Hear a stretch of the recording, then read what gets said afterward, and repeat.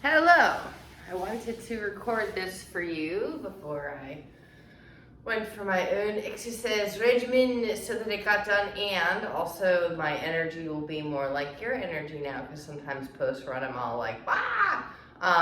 Okay, so we're just gonna start with something that you know, right? Because you may not know how to run, but you know how to put on shoes. You may not know how to hydrate, but you know how to pour a glass of water. So we always start with something that you know, that is familiar to you. And what you like to do is, I noticed, you realign your pelvis by putting your legs up on something, right? So I'm gonna use my little crafted space here. I call these jail cell workouts because they're any workout that you could do in a jail cell. And when it was prime time in the gym, I would do jail cell workouts with my clients, so that because every machine was all like, it was all busy and crowded, so we just set up our entire workout in the same space that you could do in the square footage allotted to you while incarcerated. Lovely, right? So, okay, here's what we're gonna do, right? You're gonna start with your feet up just like you do when you start a pancake. Just like you do when you're doing it on the couch. And you're gonna put your head down. Okay, so I'll let you take a moment to actually get here. And then we're just gonna take one big breath in and a breath out, pressing your spine into the floor and sort of tourniquet affecting your waistline. And then we breathe in and breathe out. On your next breath in, open through your neck. And on your breath out, breathe out through your tailbone, squeezing the muscles around your tailbone as you go. One more breath in. And breath out. Same deal. Good. So now what you're going to do is apply about 50% of that tourniquet pressure. So that pressure is finding against the floor. That little pelvic tuck that you do, but not too tucked. More of a presser down. And then what you're going to do here is just smush your shoulder blades together underneath you.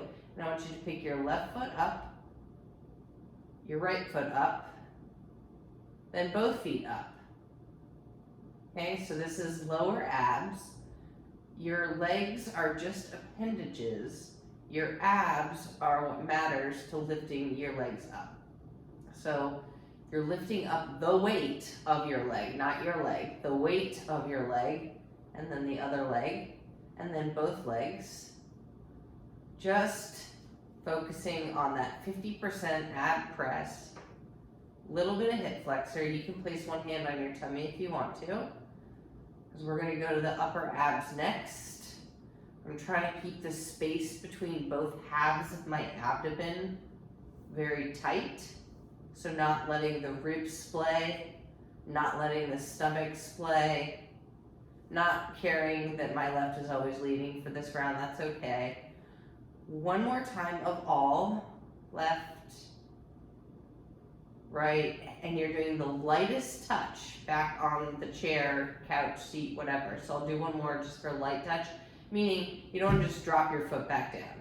It's lift, touch, other lift, touch, both lift, touch.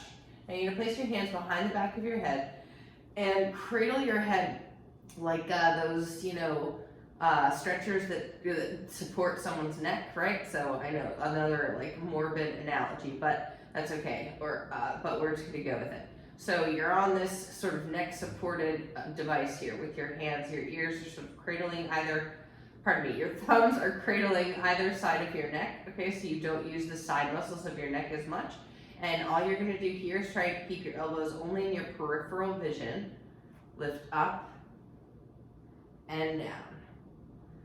Imagine here that you had like a metal coil and you were coiling that metal, sort of wrapping it into a spiral shape, and that shape comes from your upper abs to your lower abs. So you're bending into that spiral metal, hard, firm object coil. Check in with your toes, calves, knees, and thighs. They should be relaxed. as if you could levitate them away from the seat. So your heels are the lightest possible weight, especially on the way up. What I struggle with on this one, and I'm still going, I'll count them out. So it's 1 and down, so you can do them now. 2 and down. 3 and down. It's a struggle to get the best of all. Meaning, they've got 3 things you want to do here, in addition to just squeezing the abs. Keep the elbows in the peripheral vision. Don't use the neck muscles to crunch. And keep the weight light, heels to seat. Okay, so let's do one more time. And you should feel a good, I feel ab burning on that one. So that was good. So now we're done with the chair. So you're just gonna come to seated upright, rolling your way up as gracefully as possible. And I'm gonna remove the seat. And the next thing we're gonna do is flip into a tabletop. Okay, so now we're gonna pressurize the floor. So I'll try to, you can use your imagination of where my hands are. Okay, you can barely see them here. But so what I'm doing with the floor is gripping the floor with all 10 of my finger pads. Then I'm gonna soften the bend through both of my elbows. So I feel the muscles between my shoulder blades, my triceps, and also my chest muscles. So imagine that you're trying to smush both halves of the floor, one in each hand, towards the middle.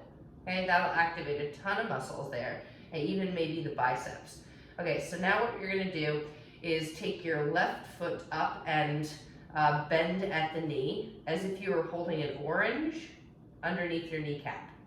And all we're gonna do from here is pull that knee into the chest, the same amount of space, hopefully not bending the knee too much, but not letting the legs straighten out, and then hook upwards as if you were making a footprint in the ceiling. We pull in and hook up. Now I'm going to start to make sort of a snapping motion as if I was punching my knee.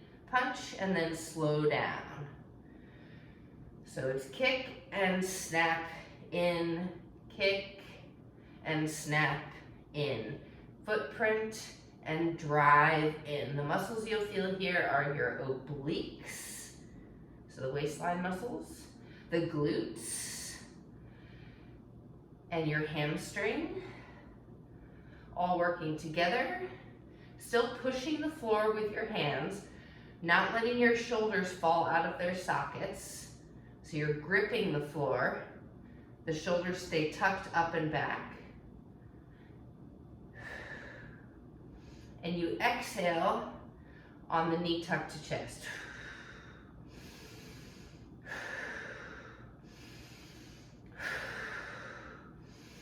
In 3, we're not going to stop with this leg. We've got 2 more. Everything in the leg is firm, stiff. Okay, just hold the leg up there for a second. Your ankle is stiff, your toes are stiff, your knee is stiff, your thigh is stiff. You're going to take this leg around, looking at your elbow, trying to tap your elbow to the knee. Then it just returns to that same 90-degree bend. Tap the knee to the elbow to the knee, and then return back to that 90-degree bend up to the ceiling. I'm going to speed it up a little bit, so it's around, tap, lift back up. Around, tap, lift back up. Around, lift. Around, lift. You're smushing and cinching the waistline as you come around and getting the outsides of both, outside of your hip turned on. Maybe the resting leg there, that might be starting to burn a little bit. You'll get a break with your hands in a second. My hands are definitely feeling the pressure, so I'm gonna try to turn on my chest muscles even more to lighten up the weight through the hands. 3, up, 2, up, and 1, and up, and relax. Take a break with your hands. Okay, flip your hair around, I'm just kidding. And take that same leg, that was my left leg, and bring it in front of you. Okay?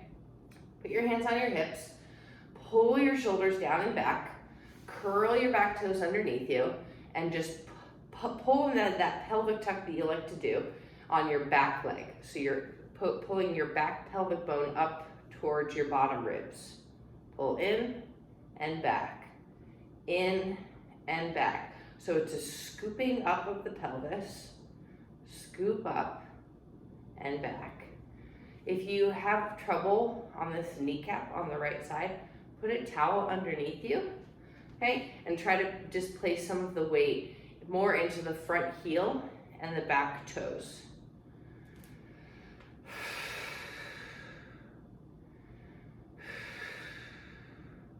You'll feel the back glute and the front hamstring.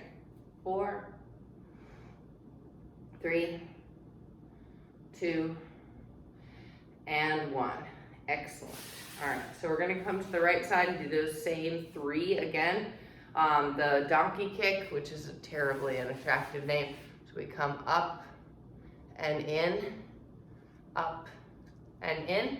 The second one is the around and back, around, tap the elbow and back. And then the third one is this guy where we make a air box in between your legs, the air box, and we do that pelvic tuck and back, tuck and back. Okay. So let's do 12 of each.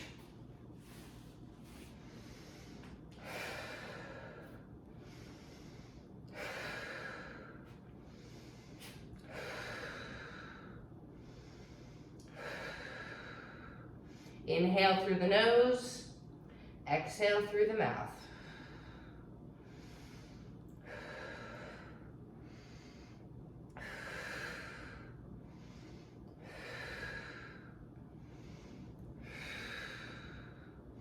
That's 12. Take it back up, and then around, tap the elbow. Cinch the waistline. Squeeze the chest muscles.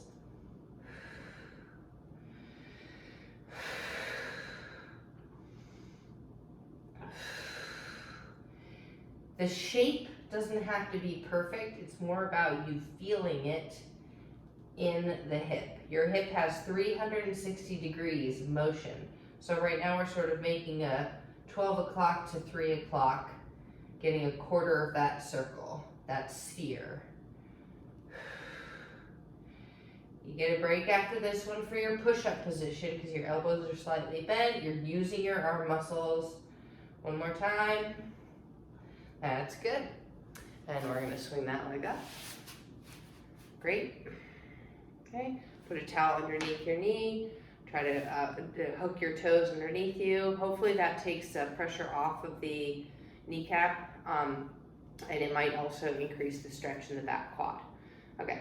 So now we just pelvic tuck and tuck, tuck, tuck.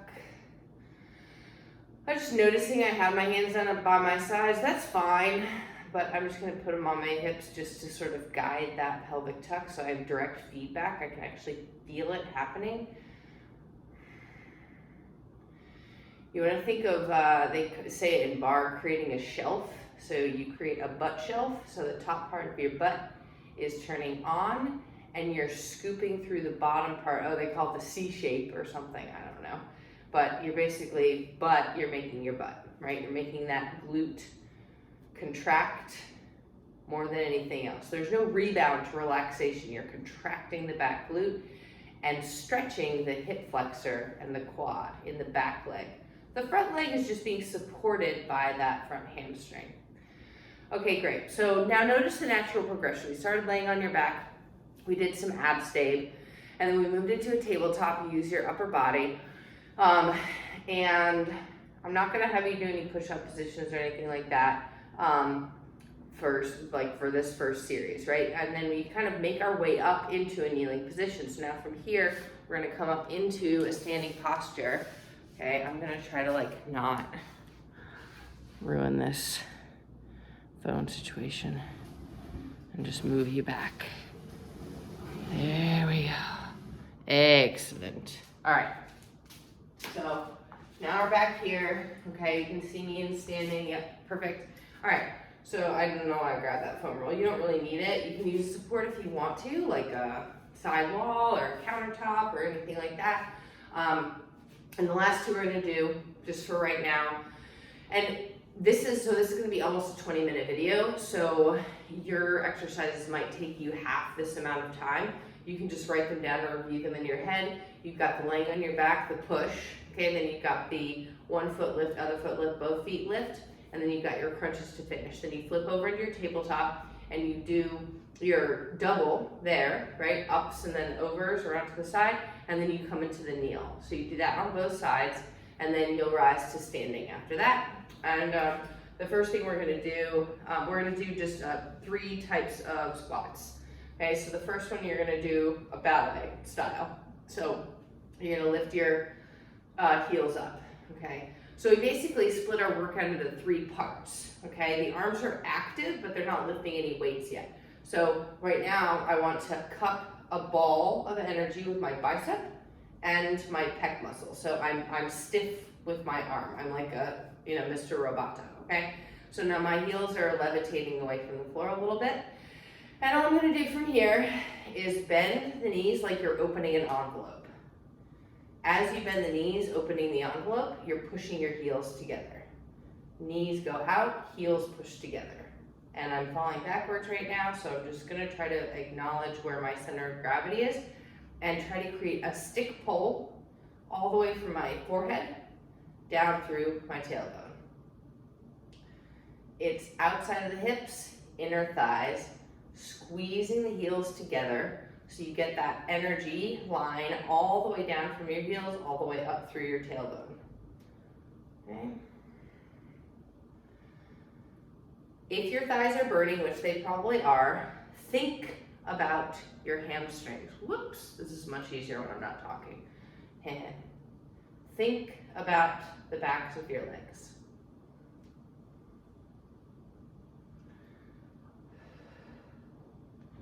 Three, 2, and 1. That's good. Okay, next thing. We're gonna widen out just beyond hip width apart. Toes are slightly everted. We do that to get the inner thighs and the outsides of the hips as opposed to doing just a neutral squat for right now. So we're just gonna come on down and you're gonna place your arms at chest shoulder level with tight triceps. So my triceps are tight now, the back of my arms. That means the elbow tips are squeezed. Then we're gonna come down, arms come up, and push back to tight triceps. Tight triceps is also tight booty. Inner thighs, chest, butt, and triceps. Inner thighs, chest, butt, and triceps. Inhale down, exhale up. Feet are planted firmly on the floor, gripping the floor. Think of a squat as you pushing the earth down away from you. Even on the way down, the earth is going down with you. Pressurize through the feet. Remember to squeeze the triceps on the way up every time.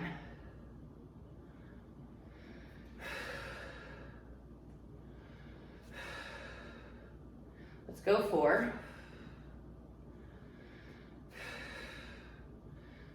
Booty up. Inner thighs down. This is good. All right, last thing we're gonna do is, now, yeah, I know I did my plies with one arm only. Like, you could switch halfway. I just want to, expedite. Meaning, like, you could come here and do half on the other side, or you could finish with another set of these plies. Okay, just doing like 12 on each side, and you just get that stiff arm on this side. But the last thing we're gonna do is we're gonna come into a lateral leg raise. So instead of a lateral lunge, we're gonna do a lateral leg raise. So it's gonna mean you're gonna use the support here. And yeah, I lied. Let's do 2 moves here. Why not? We're already here, right? So you're gonna soften the bend in the standing leg. And you're gonna take this leg, and you're gonna take it out and in.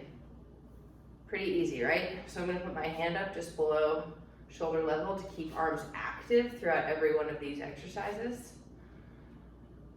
The standing leg will burn a little bit. You want to stick your butt out on the standing leg. Notice what we're doing here. A single leg squat, just like we practiced. It's just more of an isometric movement. Now, if you get 2 inches out with that leg, the kicking leg, that's fine. If you get 2 feet, that's great too. You're creating strength through isometric contraction. This one is always contracted, and through endurance, which is above 12 repetitions, 12 to 20. I could hear you asking that question, how many should I do? So always over 12 minutes or go 2, doing a minute timer. 2 more times. Last time. That's good. Plant your feet, same leg, knee up, knee down, knee up, knee down, knee up, knee down, up and down. This is all about endurance, just endurance. You can put your hand up. Again, wherever you can make the arms active, especially going overhead, do so. Because we don't do it like ever throughout the day. Lifting stuff overhead. Maybe you do because you garden. 3, 2, but us relegated to the computer do not. And 1, that's good. Switch sides. Soften the standing leg. Arm out. Boop-a-dee-boop-boo. Jail cell workout, I'm telling you. And now this leg is tired already, right? Because I was already the standing leg, but it'll all even itself out in the end. So what I notice here, especially on my right side, is my right knee collapses in. The knee is just a messenger. It's saying, hey, Monica, the muscles on your right inner thighs and the outside of your hip are not tracking like your other side does. So namely, the outside of my right hip is tight, so it just folds right in on itself. So constantly working to keep that knee lined up and tracked with the rest of the leg. That's been since the car incident. Okay, so for this side, the legs are siblings. They are not twins. They are alike, but they're not that much alike. So you might feel this completely differently on one side versus the other. If you ever find yourself with wandering thoughts, let them wander, but guide the wandering. Fingertips, shoulder, chest muscles, waistline, belly button, foot, hamstring, and hip. Good job. See? It's like guided wandering. You're constantly attended to, just like we have shortest attention spans. In this day and age, we can also leverage that short attention span when doing exercises like this to get more muscle groups. Okay, so I'm gonna put my hand up and I'm gonna finish knee up and down. Hip flexor, little standing glute, little endurance.